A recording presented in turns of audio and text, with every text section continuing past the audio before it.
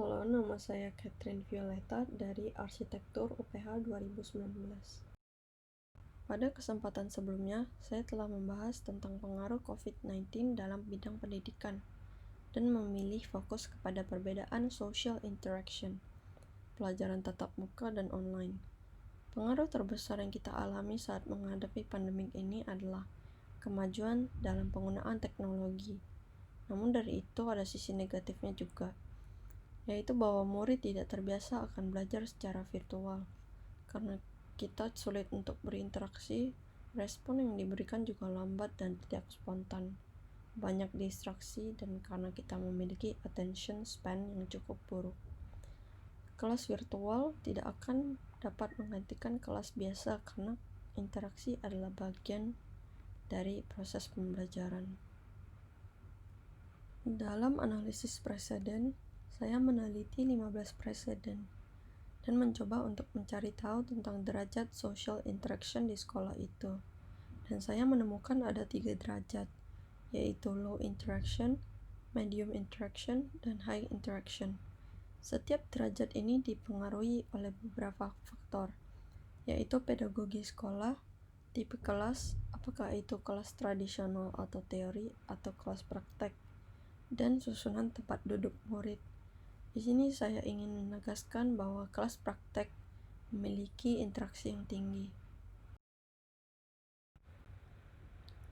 Kesimpulan daripada analisis preseden saya adalah bahwa rata-rata sekolah berpedagogi social constructivist. Namun ada gaya pembelajarannya teacher-centered. 5 dari 15 sekolah memiliki kelas yang bersifat teacher-centered dengan susunan tempat duduk kolom dan baris. 10 dari 15 sekolah memiliki kelas yang bersifat student-centered dengan susunan tempat duduk seperti itu. 14 dari 15 sekolah memiliki pelajaran praktek baik itu musik, sains, seni memasak, dan lain-lain. Namun kelas teori atau tradisional lebih banyak dibanding kelas-kelas praktek. Padahal dalam kelas praktek intensitas interaksinya tinggi. Dari sana kita bisa lihat bahwa ada permasalahan di mana interaksi murid tidak tinggi saat berada di kelas teori karena interaksi yang minim. Sehingga mereka menyadari bahwa kelas praktek itu lebih menyenangkan dan menarik karena tingkat interaksi yang tinggi.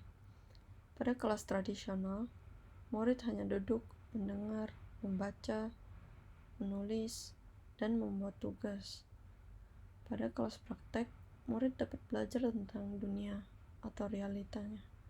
Dan tentang kelas praktek juga membantu murid mendapatkan pengalaman baru. Dan kelas praktek juga lebih menarik dan seru. Dan dari kelas praktek kita dapat berkolaborasi dengan yang lain. Setelah dipikir-pikir lagi, ternyata guru memiliki peran penting dalam mendorong terjadinya interaksi di dalam kelas. Sebagai preseden tambahan, saya meneliti 3 preseden yang bukan berhubungan dengan sekolah, namun berhubungan dengan relasi antara guru dan murid. Kali ini di office, yaitu ada pekerja dan atasannya. Untuk dapat melakukan interaction, open plan office dipilih sebagai opsi office, karena interaksi dapat terjadi dengan spontan, dan penempatan ruang atasan menjadi penting, apakah ia dapat menyatukan pekerja-pekerjanya atau tidak. Dan yang saya ingin tambahkan dari sini adalah 2 dari 15 sekolah memiliki ruang guru di tengah sekolah, sehingga kelas mengelilingi ruang guru.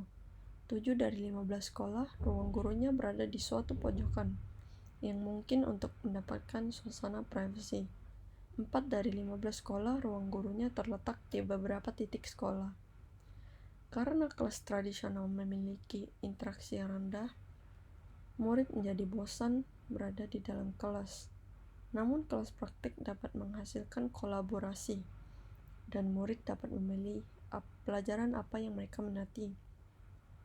Dan karena guru memiliki peran yang penting dalam menghasilkan interaksi, bagaimana jika penempatan ruang guru menjadi penting agar terjadi peluang untuk murid dapat berkolaborasi dengan guru.